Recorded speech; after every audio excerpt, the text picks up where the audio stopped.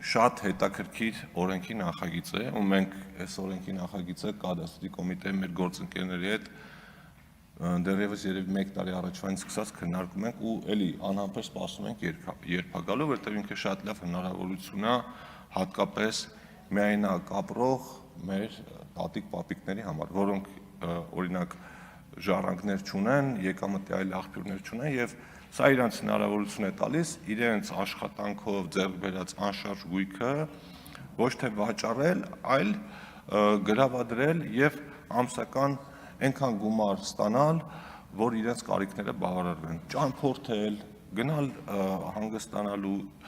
բայց մի կարևոր կետ կա այստեղ, քանի որ այդ ամեն ինչը կատարվելու է բանկերի միջոցով, ամենայն հարգանքով բանկային համակարգի նկատմամբ մենք պիտի մեր թոշակառուների համար պաշտպանիչ մեխանիզմներ մտածենք, որպեսզի իրենց շահերը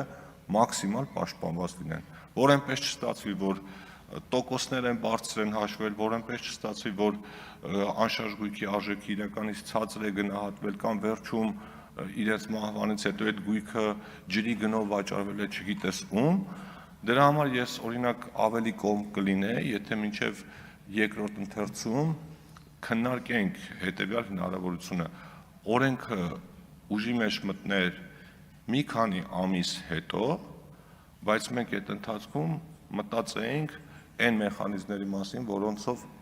այս համակարգը ավելի արդյունավետ ու արդար աշխատելու, այդ թվում նաև Տիկին Վարդանի առաջարկած այդ հարթակի մեխանիզմը,